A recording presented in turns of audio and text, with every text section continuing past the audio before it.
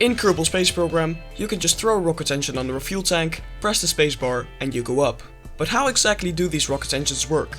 Today, we'll be going over all these stock liquid-fueled KSP rocket engines, their engine cycles, cooling systems, propellants, real-life counterparts and much more. It can get kind of complicated at times, but I will try to explain as best as I can. It's only rocket science after all. So let's start off small and simple with the Twitch, Ant, Spider and Cub engines. These are vernier engines, which are small engines that are mainly used for course corrections and stability control. Good examples of vernier engines are the ones on the old Atlas rockets, where you can see two small plumes on the sides of the vehicle. The Cub engine is inspired by the verniers on the Soyuz rockets, accompanying the RD-107 and RD-108 engines. For most engines throughout this video I will have the schematics shown, where I will try to explain how these engines work. Fuel will be shown in red, oxidizer in blue and exhaust in orange.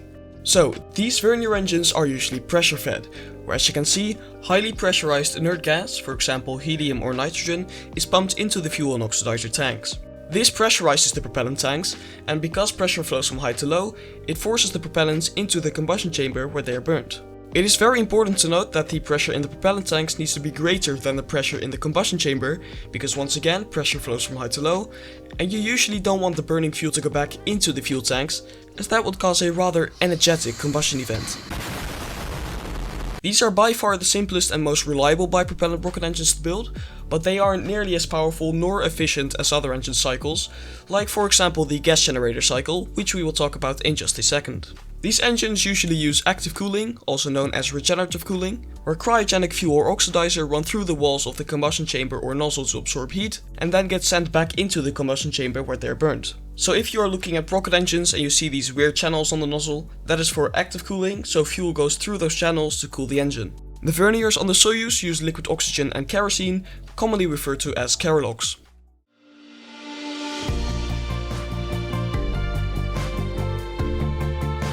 You might have heard me mention the RD-107 and RD-108, which are the real-life equivalents to the Kerbal RK7 Kodiak engine introduced in the KSP-1 Making History DLC. These Soviet engines were used on the first and second stages of the R7 rocket family, including the R7 Semyorka, which is the first rocket ever to reach orbit. More modernized versions of these engines, the RD-107A and RD-108A, are still in use today on the Soyuz 2 rockets. These kerolox powered engines run a gas generator cycle, and I'll try to explain the gas generator cycle with this little diagram which I shamelessly ripped off the internet. So, the propellants enter the engine and each go through their own respective turbopumps, which bring the propellants up to very high pressures and speeds.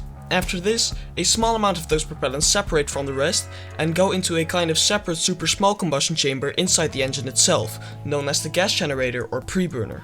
So inside the gas generator, these propellants get burnt, and the exhaust of the gas generator pushes against the turbine, which is connected to the turbopumps with a shaft. So the exhaust pushes against the turbine, which causes it to spin, and because the turbine is connected to the turbopumps, they start to spin too. After powering the turbine, the exhaust from the gas generator is usually thrown overboard, which is why it is also known as the open cycle. While all that is going on, the rest of the main propellants are burnt in the main combustion chamber for thrust. Long story short, the turbine powers the turbopumps and the turbopumps power the turbine. This whole process usually starts by firing an SRB or something like that against the turbine. So this is how the typical gas generator engine functions. But in case that this wasn't complicated enough, I'll add that the RD-107 and RD-108 didn't burn fuel to spin up the turbine. Instead, they used a technique also used by the Germans on their V2 rocket. They ran hydrogen peroxide over a potassium permanganate catalyst, which decomposes the H2O2 into steam, which powered the turbine. Some of the predecessors of these engines had very big combustion chambers, which led to combustion instability due to fluctuations in chamber pressure. To fix this, the Soviets decided to split the single big combustion chamber into 4 different chambers, all powered by the same turbopumps. This is why these engines look like they are 4 engines in one. These engines use an active cooling method like I explained earlier. And now let's head over to the West, and to the United States of America.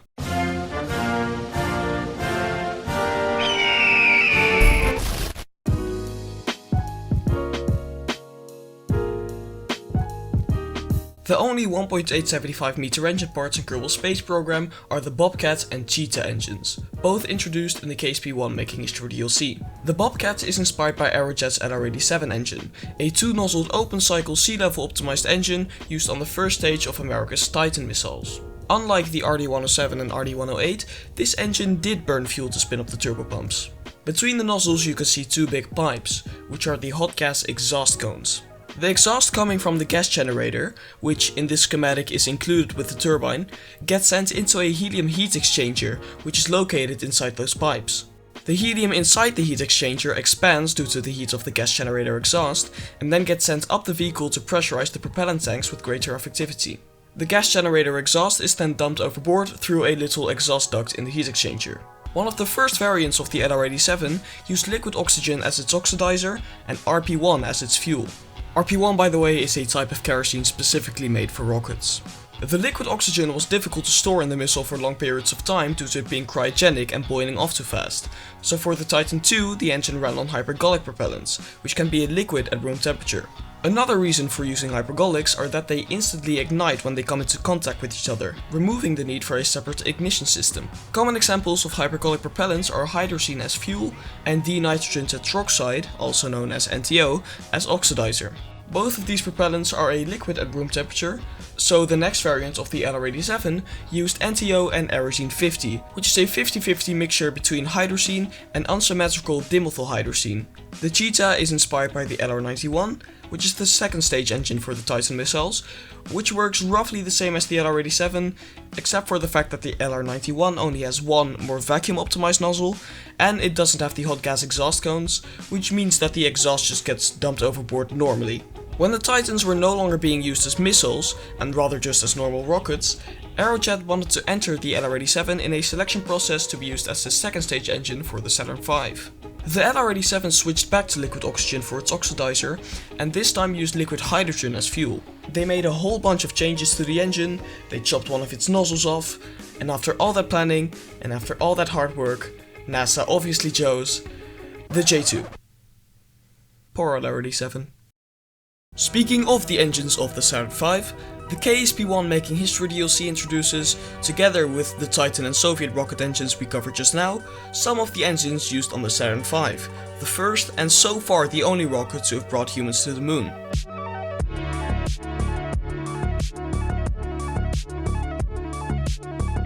The KE-1 Mastodon engine, used on the stock a cappella rockets in Kerbal Space Program, is the Kerbal equivalent to Rocketdyne's F1 engine, the most powerful single-chamber liquid-fueled rocket engine ever built. And here I am not talking about a Formula 1 engine. In fact, a single F1 rocket engine is more than 30,000 times as powerful as a Formula 1 engine, reaching a mind-blowing 32 million horsepower. 5 F1 engines powered the first stage of the Saturn V and used liquid oxygen and R.A.P.I.E.R as its propellants. The F1 also runs a gas generator cycle, but instead of having the exhaust from the gas generator just being expelled overboard, it was sent through the turbine exhaust manifold and into the nozzle extension to be used as film coolant. Most film-cooled engines inject some extra fuel along the outer layers of the inside of the nozzle, so the fuel kinda acts as an extra protective layer between the main chamber exhaust and the nozzle walls. But for the F1, the gas generator exhaust was used as that protective layer, because the exhaust from the gas generator is still significantly cooler than the exhaust coming from the main combustion chamber. An absolutely crazy fact about this engine is that the gas generator used to power the turbopumps is more powerful than an F-16 fighter jet running at full afterburner. This really just puts into perspective how incredibly powerful this engine is. Alongside film cooling, the F1 also used active cooling. I think so far you can agree that all of these engines have been incredibly fascinating, but in a second we will talk about some really interesting other types of rocket engines and some awesome new engine cycles. But first, let me introduce you to the J2, which was also made by Rocketdyne and is the real-life equivalent to the Skiff engine from Kerbal Space Program 1 and the Rhino engine from Kerbal Space Program 2. Now, technically the Rhino is inspired by the J2X, but they are pretty much identical, so I'll use the KSP2 Rhino model for the engine schematic thingy. So like I said earlier, the J2 powered the second and third stages of the Saturn V and used liquid oxygen and liquid hydrogen, or hydrolox. The J2 was designed to be lit more than once because the S4B, which is the third stage of the Saturn V, had to do multiple burns. It was first used to perform Earth orbital insertion, which put the crew in a parking orbit around Earth, and then it did translunar injection, which would send the vehicle on a trajectory towards the moon. The J2 had separate turbines for both the fuel and oxidizer turbopump assemblies, which were powered by a single gas generator. Fuel and oxidizer would be burnt in the gas generator, where the hot gas powered the fuel turbopump. The gas then traveled up the turbine exhaust duct, after which it would power the LOX turbopump. When its main use was depleted, it was sent into the exhaust manifold to be used as film coolant, just like the F1. The rest of the fuel system is pretty standard, so I won't go into that all too much.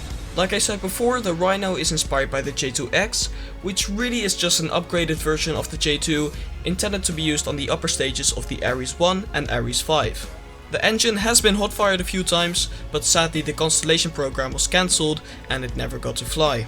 After the S4B did its translunar injection, the vehicle did a reconfiguration maneuver where the crew service module would separate from the rest of the vehicle, turn around, and then redock to the now exposed lunar excursion module.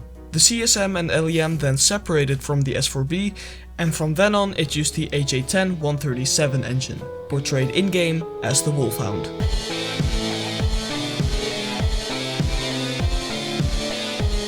So like I said, the Wolfhound is inspired by Rocketdyne's HA10-137 engine, which is a hypergolic pressure-fed engine used on the Apollo crew service module.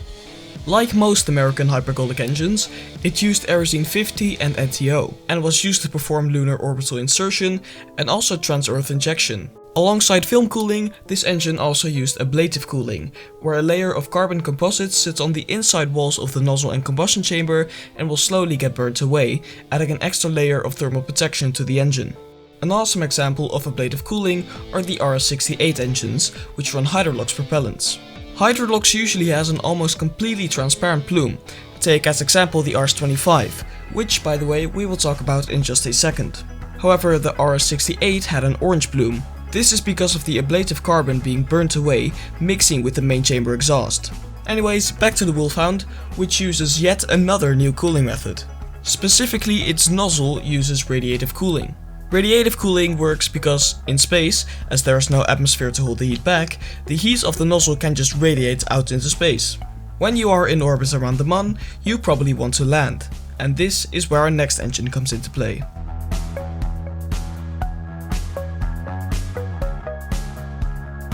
The LV909 Terrier engine, one of the best choices for a second stage engine, is pretty mysterious as it doesn't actually have a confirmed real-life counterpart. Judging by its plume with the KSP1 waterfall mod, I would say it runs on Aerosine 50 and NTO, as the plume is identical to the Cheetah and Wolfhound, both of which run on the same propellants. I would say it has a pressure-fed engine cycle because the plumbing of the engine is pretty simple, which leads me to think that this might be the Apollo descent engine. This is further backed up by the fact that the Terrier is used on the lunar excursion module on the stock A.Cappella rocket.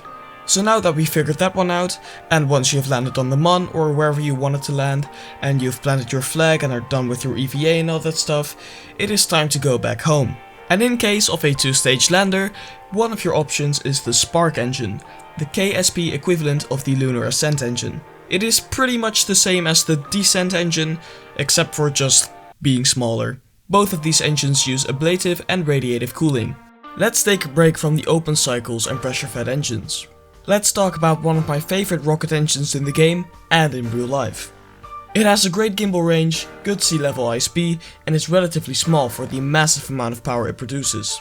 I am of course talking about the one and only Vector, or the real life engine, the Rs-25.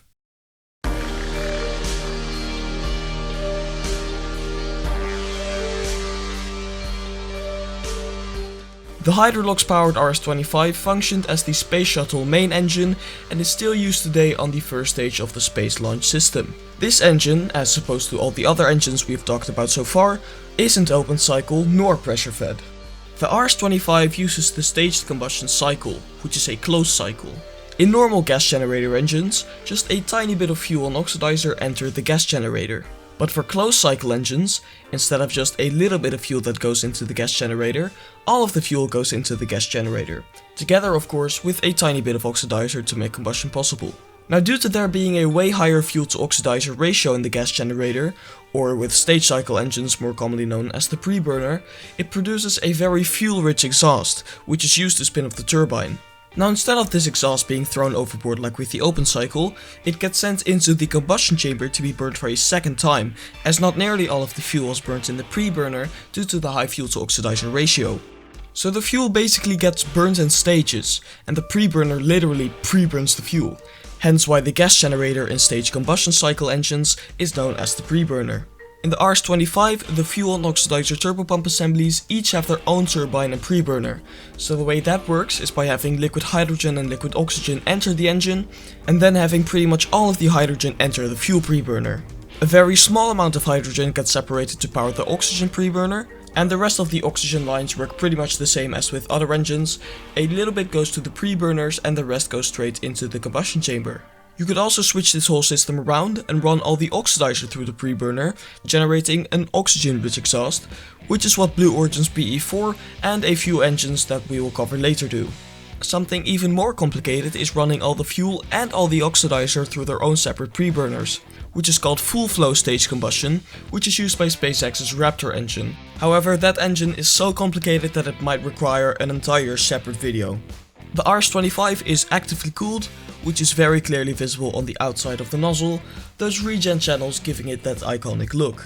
The Mammoth engine in Kerbal Space Program 1 is just a cluster of vector engines, and the Mammoth 2 in KSP 2 is inspired by the F1B engine, which we will talk about more in just a second. The Space Shuttle and Space Launch System are also very well known for their two massive solid rocket engines, which are represented by the Clydesdale engines in KSP.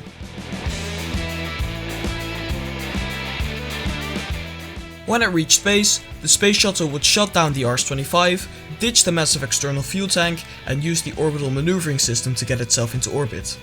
This orbital maneuvering system was powered by the AJ-10-190, or the Thud in Kerbal Space Program. The AJ-10-190 is a pressure-fed engine running on monomethylhydrazine and NTO, being cooled actively for the chamber and radiatively for the nozzle. This engine performed all types of maneuvers while in orbit, including orbital insertion, rendezvous setups, deorbit, stuff like that. Now there is one more awesome KSP Space Shuttle part, which I am fairly sure you'll find very interesting.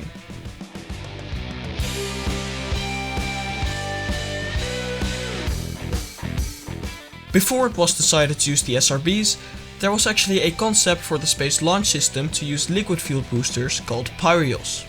The twin-bore engine in KSP-1 is inspired by this. R.A.P.I.E.R would have used an upgraded and modernized version of the F1 called the F1B, but it was ditched in favor of the solid rocket boosters we know and love today. It is kind of a shame because I would have loved to see liquid fuel boosters on the SLS.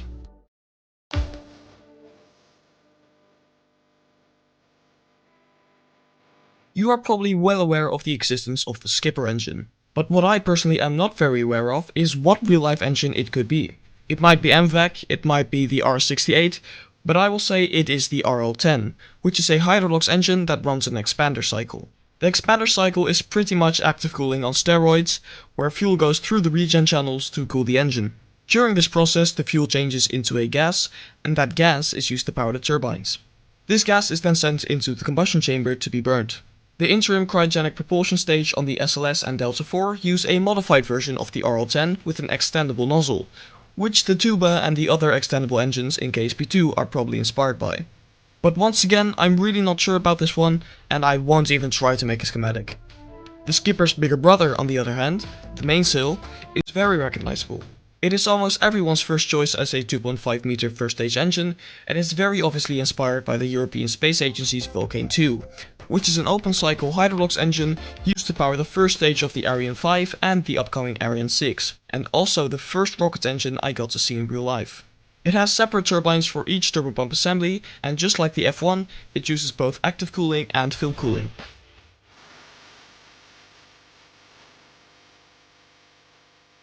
Despite the name of the REL10 Poodle engine, I'm once again not really sure which engine it is inspired by. The name leads me to think that it might be a two-belled RL10, but then neither the plumbing nor the regen channels line up, so other than that my best guess would be the LR87 AJ11. The bigger brother of the Poodle, the Labradoodle, is likely inspired by a Russian second stage engine like the RD-0124. This is an actively cooled oxygen-rich stage combustion Keralox engine used on the second stages of the Soyuz 2.1B and the Angara. Oxygen-rich stage combustion is a lot more common for Keralox engines than fuel-rich stage combustion, because kerosene is very carbon-based and a fuel-rich exhaust could clog up the fuel lines with soot.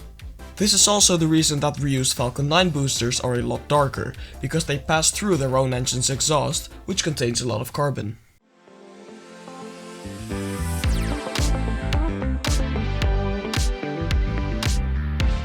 Now let's talk about the very popular Reliant and Swivel engines.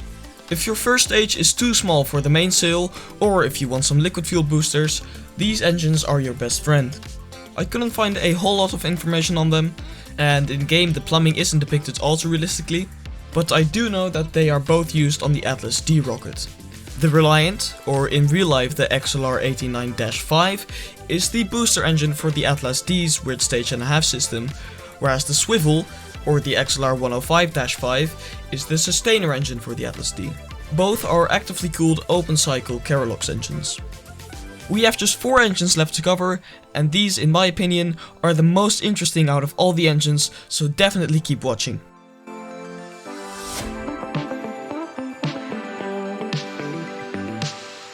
The Dawn engine in KSP is a very interesting, but also very complicated engine. Inspired by the main propulsion engines of the Dawn spacecraft, it is an ion thruster. It works by ionizing xenon gas, leaving behind a cloud of positively charged ions. It does so by extracting electrons from the xenon atom, which gives it a positive charge, as there are now more protons than electrons in the atom.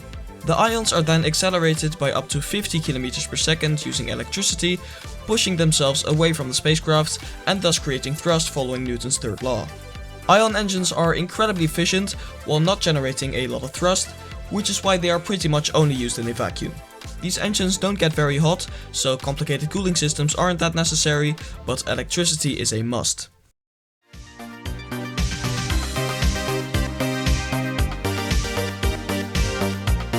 Staying on the topic of efficient deep space engines, we have the Nerv engine, a nuclear engine which in game uses just liquid fuel, and that's pretty much it. In real life, it's not nearly that simple. The Nerv, the real life engine, is a nuclear thermal rocket engine running on liquid hydrogen and uranium-235. In traditional rocket engines, the propellants combust due to chemical reactions, like liquid oxygen and R.A.P.I.E.R, which, when ignited, set up a sustained reaction. This combustion turns the liquid propellants into a gas. However, in nuclear engines, the liquid hydrogen is heated and changed to a gas by a nuclear reactor. Both chemical and nuclear engines still use turbopumps to pump the fuel into the combustion chamber, but for the Nerv they needed a way bigger combustion chamber due to the fact that an entire nuclear reactor would need to fit inside of it. So due to the hydrogen being heated by the reactor, there is no need for a chemical reaction between the hydrogen and oxygen. The nuclear reactor was made out of graphite due to it being relatively cheap and its incredible strength at high temperatures. Just be sure not to lick it, because you might end up as a green space frog sitting on board of the shitfuck 7.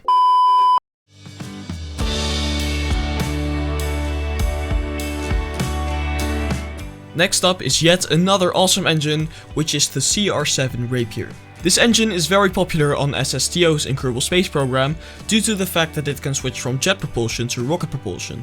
Well, guess what? It exists in real life too. This right here is the Sabre engine, an in-development engine to be used on the Skylon spaceplane. The Sabre is a combined pre-cooled jet engine and closed-cycle rocket engine. The pre-cooled jet engine is important in the atmosphere at high speeds, where the pre-cooler cools hot, compressed air entering the engine. If it didn't do this, the air would be too hot and it would probably just fry the engine from the inside. The cooled and compressed air then enters the combustion chamber, where it is used as an oxidizer together with liquid hydrogen. At Mach 5.1 the air intake is shut off, and the engine continues as an oxygen-rich closed-cycle Hydrodox rocket engine, using liquid oxygen stored aboard the vehicle. In jet mode it is cooled by a pre-cooler and heat exchanger, and they can cool down air to minus 150 degrees Celsius in less than 1/20th of a second. In closed cycle mode, it uses liquid oxygen for active cooling.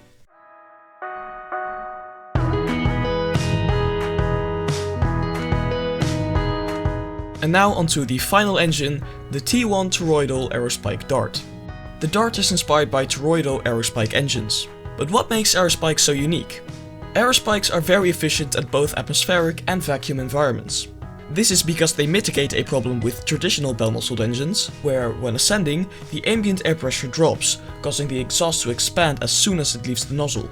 This makes it so some of the exhaust is not traveling in the complete opposite direction as the rocket itself, which is required for contributing to the rocket's thrust. This decreases the efficiency of the engine, as some of the fuel is just being wasted. Instead of expelling the exhaust through a central opening in the bell, an Aerospike engine circumvents this by directing the exhaust along the outer edge of a spike. This spike pretty much acts as one half of a virtual bell, while the ambient air pressure acts as the other half. At low altitudes, the air compresses the exhaust against the spike, while at higher altitudes, this pressure decreases. So this virtual engine bell naturally adjusts with the altitude, and thus making the exhaust never expand to the point where too much thrust is being lost and fuel is being wasted. Aerospikes like the XRS-2200 usually use the gas generator cycle and are cooled by running cryogenic fuel through the spike. So, those were all the liquid-fueled engines in Kerbal Space Program 1 and 2. If you have any questions, feel free to leave them in the comments, and please consider liking the video and subscribing to my channel. It would be greatly appreciated as I put a lot of time and effort into this video, and I plan on making a lot more KSP gameplay videos and also Kerbal Rocket Science videos, probably even non-Kerbal Rocket Science videos, but we'll just see about that. I want to give a huge thank you to Noel, Triton and Wernher von Kerman for helping out with the video, and I want to thank you all for watching. I hope to see you in the next one.